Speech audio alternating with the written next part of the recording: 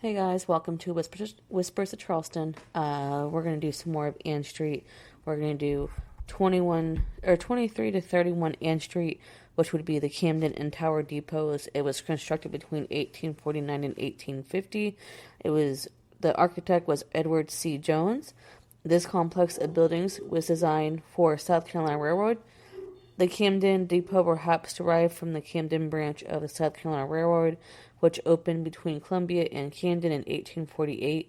The site included both freight and passenger depots. Running the width of the block, the Tower Depot, which shares the address of 23 Ann Street and 36 John Street, served as a passenger station. The Camden Depot included two pairs of senior-related Gothic Revival gates, with one pair fronting Ann Street and the other John Street.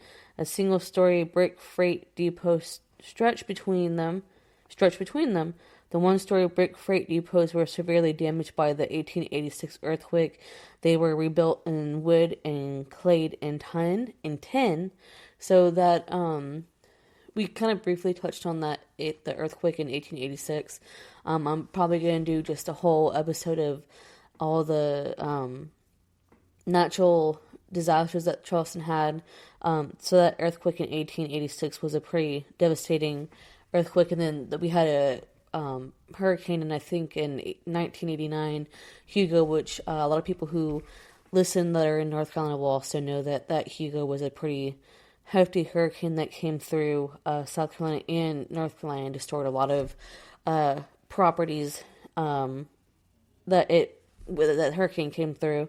So at some point, the gates on the John Street end were demolished. Those on Ann Street now provide a pedestrian entrance to the Children's Museum of the Low Country at 25 Ann Street.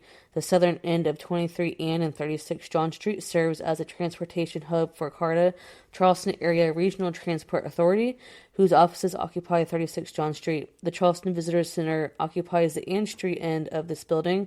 Within, though it uses the 375 Meeting Street address, the building just to the west serves as a visitor center, bus shed, where numerous city and philanthropic events are held year-round. Another former depot building on this complex houses the Best Friend of Charleston Museum. So if y'all heard dogs in the background, that's we have 3 dogs in the house at the moment, so ignore those barkings. But those are the train depots, so hope y'all enjoy that. And then we have a few more houses for Ann Street, and then I think we'll be moving on to Anson Street.